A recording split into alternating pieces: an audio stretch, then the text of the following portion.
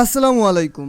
আজ আমরা জানবো এশিয়া কাপে ভারত পাকিস্তান ম্যাচ কেন বেশি রাখা হয় আর কেন এই ম্যাচটাই পুরো টুর্নামেন্টের প্রাণ। ক্রিকেটের জন্ম ইংল্যান্ডে হলেও এর হৃদয় আজ দক্ষিণ এশিয়ায়। বিশ্বের 12 টেস্ট খেলুড়ে দেশের মধ্যে 5টি এই অঞ্চলে, ভারত, পাকিস্তান, শ্রীলঙ্কা, বাংলাদেশ আর আফগানিস্তান।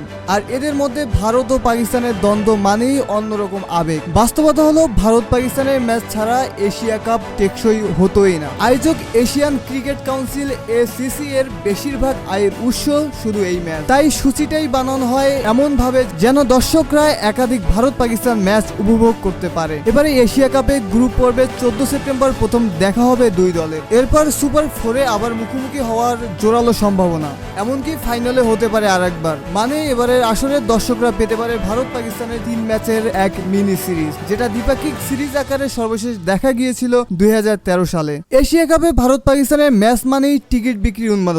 সাধারণ গেটের bundle ticket $134, premium bundle $283, hospitality box প্রায় $1000 আর 4 জনের প্রাইভেট বক্স $9000। অন্যদিকে শ্রীলঙ্কা বনাম হংকং ম্যাচের টিকিট পাওয়া যাচ্ছে মাত্র $15। এই বৈষম্যই প্রমাণ করে ভারত পাকিস্তান ম্যাচের প্রতি ভক্তদের অগাধ আগ্রহ। ফোর্বসের তথ্য বলছে এসিসি এর আয়ের প্রায় পুরোটাই নির্ভর করে ভারত পাকিস্তান ম্যাচের সম্প্রসারণের উপর।